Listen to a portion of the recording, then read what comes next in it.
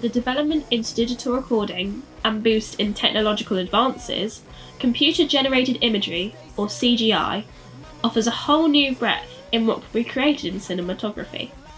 It can form illusions which seem to defy the impossible, mass explosions, hideous monsters, and even minor alters such as changing an actor's appearance for a role.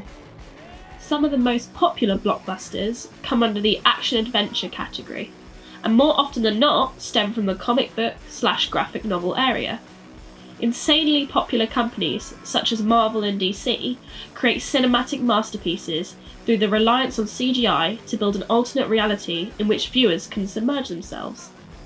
However, the debate that comes with graphic novel adaptations is the element of realism and whether to maintain the aesthetics of graphic novels or not. A prime example of bending realism is Scott Pilgrim vs. the World. Released in 2010, Edgar Wright chose to integrate the comical aspects of the graphic novel within the film via CGI, highlighted through pop-up text and fight scenes. The comical elements add to the wacky and witty style of Scott Pilgrim, whilst also maintaining the art style of the original artwork. Bread makes you fat? Additionally, the CGI within this movie is seen as real life. None of the characters seem fazed by the cartoon-like elements introduced within the storyline. The fourth wall between CGI and reality is occasionally broken. How are you doing that with your mouth? Never mind how I'm doing it. But it seems to be more of Wright's influence rather than the graphic novel. In this case, CGI helps bring to life the drawings of the artist rather than building a realistic style. The cartoon elements remind viewers that this is a graphic novel adaptation where it's possible to game over and respawn. A different approach to graphic novel adaptations can also be a more realistic style.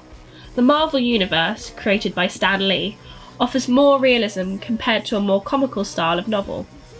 The universe in which the movies reside creates a more submerged and blurred line between CGI creations and reality. The CGI within these films are mainly used to create superhuman ideals and advance the technology we currently have.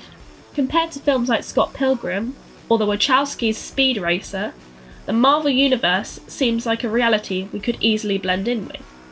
That could be due to its slightly muted colour palette, which is rare for graphic novels, as it gives the audience a somewhat attainable reality where life isn't highly saturated.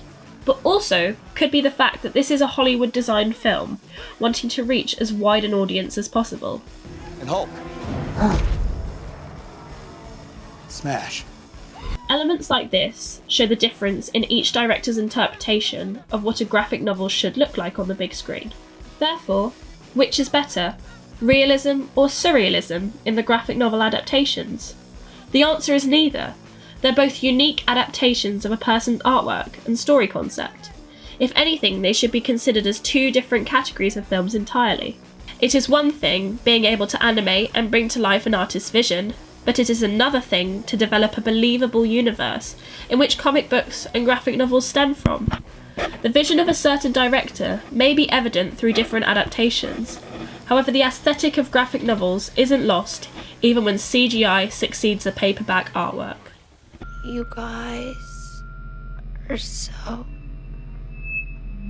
amazing.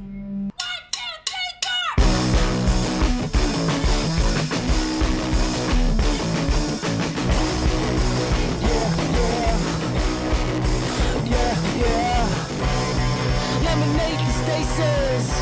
Mama, serpentine. I got a breath for life.